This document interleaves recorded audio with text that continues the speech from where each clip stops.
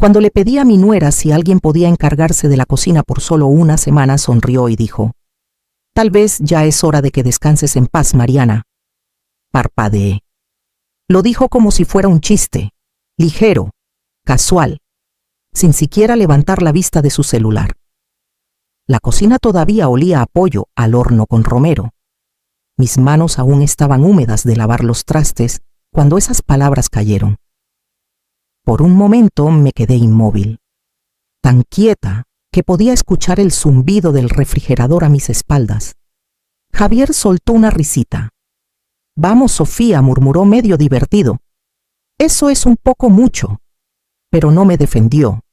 No preguntó si estaba bien. Ni siquiera me miró. 40 años. He servido a esta familia durante 40 años. Desde que nació Javier hasta ahora, con sus propios hijos durmiendo arriba en camas que yo tendí en una casa que yo limpié bajo un tejado que mi difunto esposo terminó de pagar. Cociné. Limpié. Lo di todo. Y cuando pedí solo una vez que alguien más preparara la cena por una semana, porque me dolía la espalda y mis dedos estaban rígidos, me dijeron que descansara en paz. Y eso hice. Subí las escaleras, saqué mi vieja maleta del fondo del closet y empacé exactamente 3 mudas de ropa. Sin alboroto, sin ruido.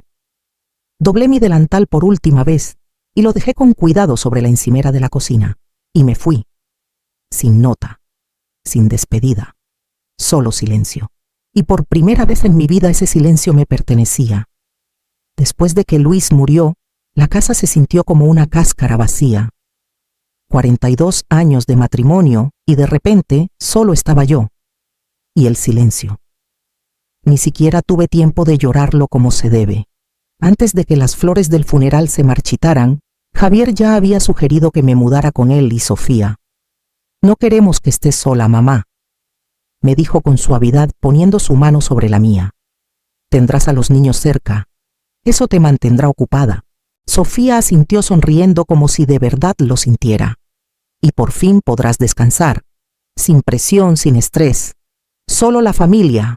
Sonaba amable, tal vez incluso cariñoso, pero ahora, mirando hacia atrás, veo lo que fue el comienzo de mi segundo trabajo, uno que nunca pedí. Me instalaron en una habitación en la planta baja, cerca del cuarto de lavado. Dijeron que sería más fácil para mis rodillas. También significaba que era la primera en levantarme y la última en acostarme porque la cocina estaba a solo unos pasos. Al principio no me importó. Necesitaba la distracción. Preparaba el desayuno, hacía lonches para la escuela, doblaba ropa, fregaba baños, cocinaba cenas. Sofía volvió al trabajo en 2 semanas. Dijo que por fin estaba recuperando su carrera. Javier acababa de recibir un ascenso, reuniones, viajes, plazos. Así que me convertí en el respaldo, el pegamento. La mujer invisible, sin sueldo ni agradecimientos, que mantenía la casa en pie. Cuando nació Valentina, dejé mi club de bordado de los jueves para cuidarla a tiempo completo. Cuando Diego empezó a jugar fútbol, ajusté mis idas al mercado para recogerlo de los entrenamientos. Los fines de semana, limpiaba la casa a fondo mientras ellos salían a brunch con amigos. Cada vez que alguien felicitaba a Sofía por lo bien que equilibraba el trabajo y la familia, ella sonreía y decía: «Solo tengo suerte de contar con apoyo en casa». Ni una sola vez mencionó mi nombre. La gente elogiaba mi dedicación, mi energía. «Es el corazón de esa casa», decían, y lo era. Pero los corazones también se cansan. Una vez en Navidad, cociné para 16 personas pavo, tamales, arroz, 5 guarniciones y 3 postres. Sofía entró a la cocina, tomó un sorbo de vino y dijo: «Este mole necesita más sal». Luego dio media vuelta y salió. Me quedé ahí con el cucharón en la mano temblando, no de enojo, solo de puro cansancio. Una noche hace un mes le pregunté a Javier si podíamos contratar a alguien para ayudar con la limpieza una vez por semana. Solo unas horas. Nada del otro mundo.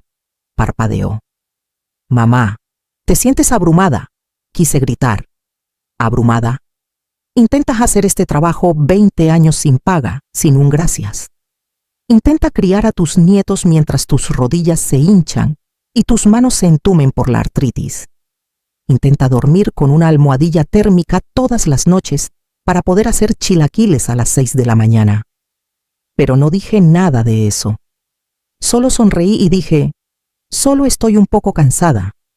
Me dio una palmadita en la mano y dijo, eres más fuerte de lo que crees. Lo curioso es que lo era. Pero la fuerza no significa que debas ser exprimida como trapo viejo y colgada a secar. Cada rincón de esa casa tenía mis huellas. Cada plato del que comían, cada calcetín que usaban, cada cuento susurrado en la oscuridad antes de dormir. Ahí estaba yo. Y aún así nadie preguntó, ¿cómo estás, mamá? ¿Estás bien? Solo asumieron que seguiría adelante, hasta que no lo hice. Todo empezó con los mareos. Al principio eran sutiles, una leve sensación de vértigo al levantarme rápido o al agacharme para amarrarle los zapatos a Valentina. Luego, vinieron los dolores en las articulaciones. Mis rodillas se hinchaban para media tarde y mis dedos se ponían tan rígidos que apenas podía sostener el pelador de papas. Pero seguí adelante, porque eso es lo que siempre he hecho. Cuando llegó la fatiga, un cansancio profundo hasta los huesos, finalmente hice una cita con el doctor. Era una mujer joven, amable, con ojos suaves y una voz que parecía demasiado delicada para las palabras que dijo. Mariana, tus análisis muestran inflamación. Podría ser artritis o los primeros signos de algo autoinmune. Sea lo que sea, tu cuerpo está bajo estrés. Necesitas descansar. Descanso de verdad, no solo siestas entre tareas. Asentí mordiéndome el interior de la mejilla. No le dije que ese mismo día ya había limpiado un baño doblado, 2 cargas de ropa y preparado el almuerzo antes de ir a verla. De regreso a casa, paré en el mercado como siempre. Esa noche preparé un pastel de carne con puré como a Javier le encantaba de pequeño. Esa fue la noche en que lo mencioné. Esperé hasta después de la cena cuando los niños estaban arriba y Sofía estaba navegando en su tableta. Sofía, comencé en voz baja, secándome las manos con un trapo. Estaba pensando, tal vez podríamos contratar a alguien, solo 1 o 2 veces por semana, para ayudar con la limpieza o la cena, solo por un tiempo. Ni siquiera levantó la vista. ¿Para qué he estado sintiéndome? No muy bien. El doctor dice que necesito descansar más. Tal vez podríamos turnarnos con la cena, aunque sea por 1 semana. Entonces me miró. No con preocupación, solo con una leve molestia, como si hubiera interrumpido algo importante. «¿Llevas años en casa?», dijo, con una mueca que era mitad sonrisa, mitad desdén. «¿De qué estás cansada?». Me quedé helada. Soltó una risita y añadió, «En serio, Mariana, ni siquiera trabajas. Todos tenemos trabajos. Tú solo te encargas de la casa. No es precisamente un trabajo pesado». Abrí la boca para responder, pero mi garganta se cerró. El dolor en mi espalda se encendió. Mis dedos palpitaban donde apretaba el trapo con demasiada fuerza. «Solo pido 1 semana», dije en voz baja. Suspiró y cerró su tableta. Luego me miró con esa voz fingida, ligera, como si lo que decía no fuera veneno. «Bueno, entonces», dijo, levantándose del sofá, «si es tan difícil. Tal vez ya es hora de que descanses en paz». Rió como si fuera ingenioso, pero algo dentro de mí se detuvo. No respondí. Solo me giré hacia el fregadero y terminé de lavar la última sartén. Mis manos temblaban. Más tarde esa noche escuché voces desde el pasillo de arriba. La puerta del dormitorio estaba entreabierta. «Creo que mamá ya está grande para esto», dijo Javier. Sofía murmuró algo que no pude distinguir. Javier suspiró. «Tal vez es hora de buscar una casa de retiro o algo a medio tiempo. Está más lenta. Digo, no podemos contar con ella para siempre». Retrocedí al pasillo oscuro con la respiración entrecortada. Casa de retiro. Contar conmigo, para siempre. Las palabras flotaban en el aire como humo, densas y asfixiantes. Me quedé ahí un buen rato mirando las escaleras, escuchando el zumbido silencioso de la casa que construí con mis propias manos. Les había dado todo, mi tiempo, mi fuerza, mis años, y ahora contaban los días hasta que desapareciera. Fue entonces cuando lo supe, mi utilidad tenía fecha de caducidad, y ellos ya la habían anotado. No discutí, no grité. Había pasado toda mi vida alzando la voz en silencio a través del servicio del sacrificio, y claramente nada de eso había sido lo suficientemente fuerte para que me escucharan. Esa noche, mientras la casa dormía, escribí una nota. Me voy por un tiempo. No llamen, no me busquen. La doblé con cuidado, la dejé junto a la cafetera donde Sofía la encontraría primero y preparé una pequeña maleta. Nada dramático, solo lo esencial, un par de suéteres, unas fotos viejas, el reloj de bolsillo de mi difunto esposo. Salí en la noche. Nadie se movió. No me fui de la ciudad. Fui a un lugar que nadie más recordaba que existía. La cabaña. La vieja cabaña de Luis, junto al lago, escondida a 2 horas de Guadalajara, rodeada de pinos, agua tranquila y silencio. Él la llamaba nuestro pequeño reino secreto. No habíamos ido desde que los niños eran pequeños. Después de que él murió, se quedó ahí abandonada intacta. Pero la escritura seguía a mi nombre. El camino era oscuro y sinuoso pero familiar. No había manejado tan lejos en años. Y aún así, con cada kilómetro, mi respiración se volvía más estable.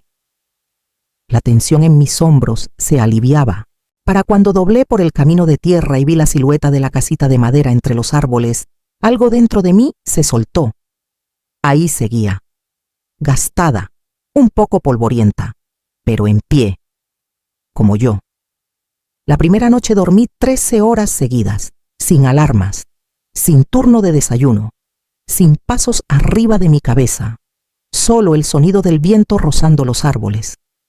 Para el tercer día me sentía más ligera. La rigidez en mis manos comenzó a disminuir. Preparé té en silencio. Di paseos lentos por el lago. Volví a respirar no solo aire, sino algo más profundo, como memoria, como yo misma. Una semana después la conocí, a Carmen.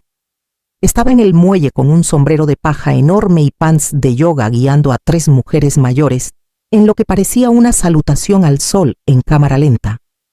Me vio antes de que yo la viera. Mariana López llamó. ¿De verdad eres tú? No había escuchado mi nombre completo dicho con calidez y no con obligación en años. Carmen había sido enfermera cuando yo trabajaba en la cocina de la escuela. No éramos cercanas, pero siempre tuvo una energía tranquila. Resultó que se había jubilado temprano, se mudó aquí de forma permanente y empezó a dar clases de yoga y bienestar para mujeres mayores de 60. Esa tarde nos sentamos horas con los pies colgando del muelle, hablando de todo y de nada. Cuando le conté lo que pasó, lo que dijo Sofía, lo que Javier no dijo, esperaba que me dijera que estaba exagerando. No lo hizo. Solo me miró y dijo, entonces, ¿y ahora qué? Esa noche acostada en la cama mirando el techo con el olor a cedro y agua del lago a mi alrededor, por primera vez en décadas no me sentí culpable por descansar. Me sentí libre. La mañana en que encontraron la nota, Sofía se rió. Seguro está escondida en la biblioteca municipal, le dijo a Javier, agitando el papel como si no importara. Probablemente quiere que le roguemos que vuelva. Javier no se rió, porque para entonces Diego estaba llorando por un hot cake quemado. Valentina fue a la escuela con zapatos diferentes por segundo día consecutivo. El fregadero estaba desbordado. El cuarto de lavado apestaba a moho porque nadie recordó pasar las toallas húmedas a la secadora. Y el pollo que dejaron en el refri seguía crudo cuando Sofía lo metió al horno. Para el tercer día, dejaron de fingir que todo estaba bien. Javier llamó a mi celular 15 veces. Dejó mensajes de voz. Mandó textos. Solo dinos que estás bien. Por favor. Sofía intentó hacer espagueti. Terminó quemando los fideos al fondo de la olla y pidiendo comida a domicilio. Valentina hizo un berrinche a la hora de dormir porque yo no estaba para leerle Buenas noches, Luna. Diego preguntó si la abuela estaba muerta. La casa que alguna vez funcionó como reloj que yo afinaba a diario, con manos invisibles, empezó a desmoronarse. El quinto día, Javier reportó mi desaparición a la policía. No sabía dónde más buscar. No estaba con mi hermana. No había llamado a ninguna amiga. Mi Facebook no había sido tocado en años. Sofía seguía quitándole importancia hasta que llamó el abogado. Preguntó si Javier y Sofía ya habían recibido la notificación actualizada del testamento. ¿Qué notificación?, preguntó Javier. El abogado dudó. Luego leyó del expediente. A partir de la semana pasada, Mariana López ha designado legalmente su residencia principal para ser donada a la Fundación Mesa para Dos, un albergue para mujeres que operará en conjunto con un programa comunitario de cocina establecido a su nombre. Silencio. Espera, dijo Sofía. La casa, esta casa. ¿El abogado confirmó? Sí. La escritura fue transferida hace 3 días. Todo está finalizado. Ya no forma parte de su herencia. La voz de Sofía se quebró. No puede hacer eso. No está muerta. No respondió el abogado. Solo terminó. Esa noche Javier se sentó en el comedor, mirando una caja de comida para llevar fría frente a él. Las luces parpadeaban arriba y por primera vez notó que el foco del pasillo se había fundido. No sabía dónde estaban los repuestos. No sabía cómo arreglar la llave que goteaba. Valentina tenía una autorización para una excursión que estaba por vencer y nadie había preparado su lonche. Sofía caminaba de un lado a otro furiosa. Todos estos años le dimos un lugar donde vivir y así nos paga. Javier la miró despacio. No dijo. Ella nos dio un lugar donde vivir. Cayó como trueno. No solo se había ido de sus vidas, se había llevado el ritmo, el orden, el alma de la casa, y ni siquiera se habían dado cuenta de que ella era quien lo sostenía todo, hasta que lo soltó. Mariana López se fue, y por primera vez entendieron lo que eso realmente significaba. Las mañanas en la cabaña tenían su propio ritmo. Despertaba justo cuando la luz se derramaba sobre el lago, cálida y lenta como miel. Sin alarmas, sin pasos, sin el tintineo de tazones de cereal. Solo el canto de los pájaros y el suave crujido de la madera al salir al porche con una taza de té y mi viejo cuaderno. Volví a escribir un diario, algo que no hacía desde mis 20 y tantos. Solo unas líneas cada día.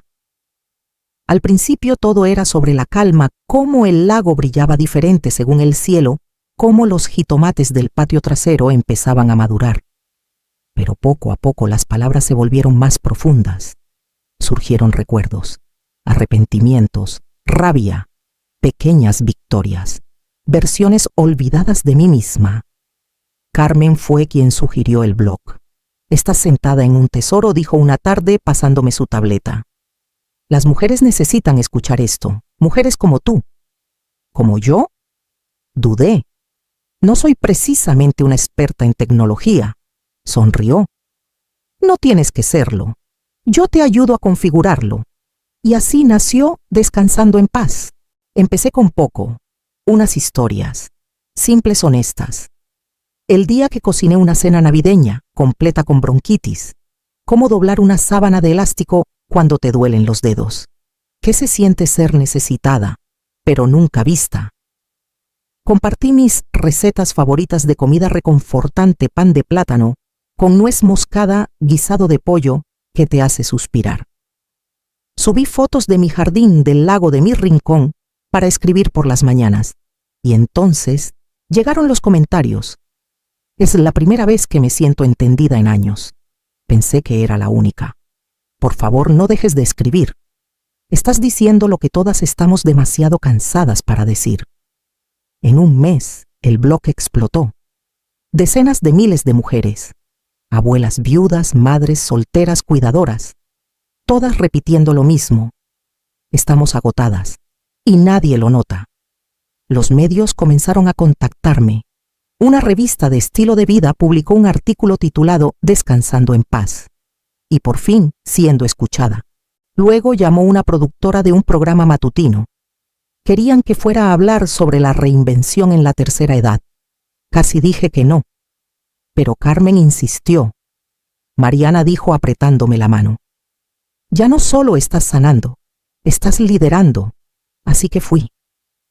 Usé el suéter lila suave que Luis me compró una vez, me senté bajo las luces del estudio y le dije la verdad al mundo. Pasé 40 años dándolo todo a una familia que pensaba que amor era trabajo.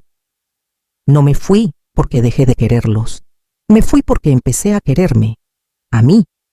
El video se hizo viral. La conductora se le llenaron los ojos de lágrimas. El público en el estudio me dio una ovación de pie.